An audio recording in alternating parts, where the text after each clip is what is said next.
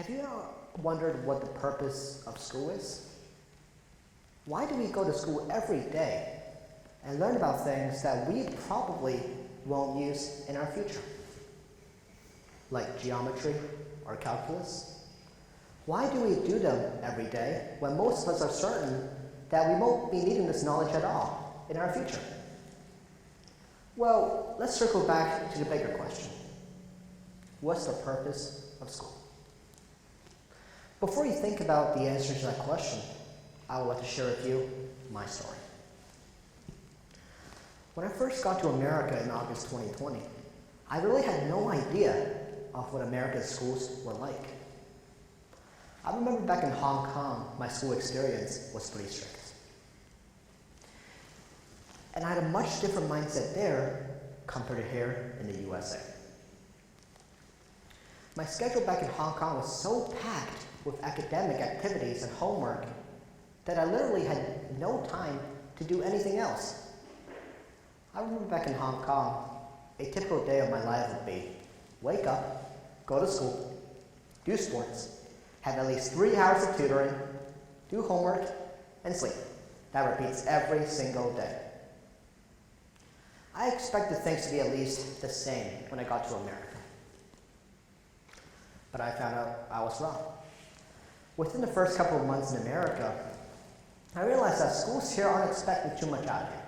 As long as you're doing what you're supposed to be doing, like getting your grades and submitting your homework on time, then nobody can be really mad at you.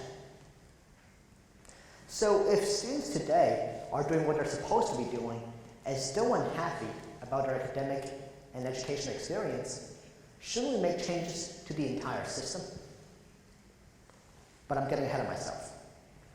So within the first couple of weeks in America, I realized that I had much more free time than I thought I would.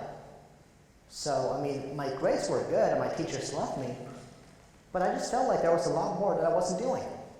So I've decided to start engaging in some student activities. Things like founding my middle school Smurfs Ever Debate Club, running for student senate president, and a lot more. At the beginning, I was really afraid and nervous to get into these activities, but they all held up. The student debate club went to a really big success, and I won the election. But you might be wondering, what's the purpose behind all this? Just to fill my time? Well, I do have to admit that I have a huge passion for public speaking and student government. But I just felt like that I wasn't doing a lot of things and something was just not hitting. So by the end of 7th grade, I've successfully made a huge impact to my student community. So I reached out to my local city's youth commission to see if I can help out. They said yes. So I joined the youth commission as an advisory board member, and it turned out to be a wonderful experience, and it still is until today. So I come to the realization, I'm getting a lot of fulfillment from things that are not actually related to my classes. And that was really not what I was expecting. Since in America I had a lot more free time than I thought I would, I started to use those free time to do a lot of thinking and tackle a lot of different goals. For example, I've been a huge fan of basketball my entire life. So last year I've decided to start my own sports club. And today it's turned into a nationwide business with more than 5 locations nationally. And one more thing too, I wrote a book. It's called A World Split in Two, Generational Division. It was published last summer, and I'm still really proud of it. This was all hard work. But no matter how good my grades were, world history and biology won't be the focus of my life. I'm getting so much fulfillment from the things that are not actually related to my classes, and I'm starting to wonder, why? Even though I'm getting these fulfillment, my grades were wonderful, and my teachers loved me. But the thing is that this work didn't really require any advanced knowledge I learned from my schools or my textbook. The more I thought about this, the more it has bothered me. So I've decided to do a lot of research into education. What education is, the history of it, and what we get out of it. just to figure out what we're doing wrong. To put it simply, we're just not caring about it enough. But don't worry, I can make things a lot more complicated than just that. This is something that I've done a lot of research about. But if you really just sit back and listen carefully to this, you might be grateful.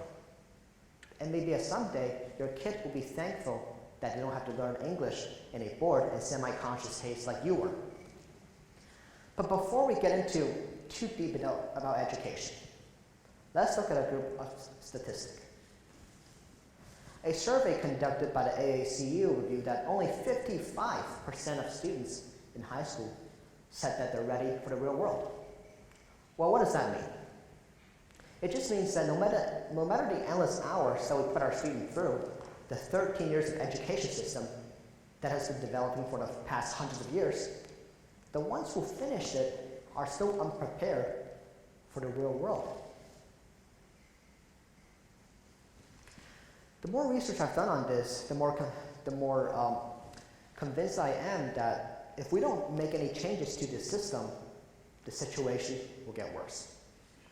I believe if we actively reevaluate education by contrasting today's education style with previous ones, we might be able to discover what we're missing and figure out a way to get back to it. So in my opinion, if you really want to understand the educational situation that we found ourselves in today, then we have to split things into categories. Classical education, the 20th century education, and modern education. As time has passed, our goals and teaching styles for our students have shifted. But the more research I've done, the more convinced I am that these shifts might not be the best for our students. Let me just give you an overview of what I think. When I talk about classical education, I'm referring to the education that happened hundreds of years ago when students started out learning Latin in school. Yeah, Latin. It wasn't really a language that people used to communicate with each other back then. But by learning Latin, it allowed them the capability of reading some of the most ancient and greatest literature written by people like Ovid or Virgil, whoever they were. But by learning these literature and reading them, students back then had a much broader mindset and view about the world we live in. Classical education itself was refined for over hundreds of years. And when it cultivated some of the greatest minds humanity has ever seen, how can we argue with the results? There's a problem with this, though. It's that back in classical education period, it was way harder for you to get an education at all. I mean, if you were not a man, or honestly poor, it's likely that you wouldn't even get an education at all. That being said, even though classical education was set up to cultivate some of the greatest minds of the greatest thinkers we have today in society, such as people like Isaac Newton or Shakespeare, there were a lot more people who weren't getting anything close to that kind of learning experience. This kind of education went on for a long time, but it was until 1852 when public schools was made mandatory in the USA. People with low income had a chance to put their kids through the public education system. However, this had an impact on why the general education system was there in the first place. So classical education started to phase out slowly. Back then, there were way less people in schools. Therefore, fewer teachers were needed to provide a good education for the students. And now, since the number of students grew tremendously over time, there were not as many teachers that were able to offer a good classical education to everybody. Understandably, people start to wonder, why was there in the first place? And you know, when people start to wonder and question about the effectiveness of an education style, it starts to change. Here's what I call the transition into the 20th century education. Since there were a lot more people in schools and learning by now, the entire education system was dedicated to teach students about practical knowledge that will help them prepare for the real world. I mean, Latin was still taught in some schools, but it's only phased out because it didn't really offer a single practical benefit. Humanities were taught to let students learn about things like baking or sewing, and the entire focus of the education became preparing students for the real world with practical knowledge. If you were used to how things are right now, you might be wondering, what about college? Well, back then, college wasn't really necessary when you just wanted a well-paying job, unless you wanted to pursue something that required a knowledge of an art, such as law or medicine, then you definitely do go to college. Here's a fun fact for you. According to the US Census, only 10% of the population in the 1970s had a university degree. Unfortunately, the reality is that when time passed by, the more things would cost. And when people decided that something else is more important, money diverted away from education. So schools had to compromise by getting rid of some things. Here's a question for the older audience in the crowd. Do you guys still remember typing lessons? Yeah, typing lessons. It was a real thing back then when typewriters were around. It was there to ensure that people can type effectively. But today, basically everyone in the community in the USA has a laptop or a computer. So we type all the time. Therefore, these lessons weren't offered anymore. What sense does that make, huh?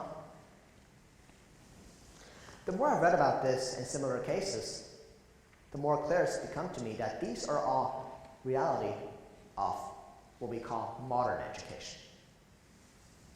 In modern education, the goal for our students is no longer for them to graduate high school and get a job. Instead, it's for them to exit high school and immediately go back to more school by college. I believe this idea is very strong in theory, but let's be true to ourselves. There will be a lot of people that don't end up in college after they graduate high school. Here's the facts. According to the BLS, only 60% of the people graduating high school in 2021 went to college immediately after. This has been a problem back during the past, but what we're doing differently right now is that we're not working as hard as we can to ensure that 40% of the people who are not going to college afterward are prepared for the real world. I mean, why would we when the general assumption is that they will go to college afterward? So I believe if we truly want to improve education for the benefit of our students, then we should teach it in all schools. Not just colleges, that's what you're interested in, all schools, high schools.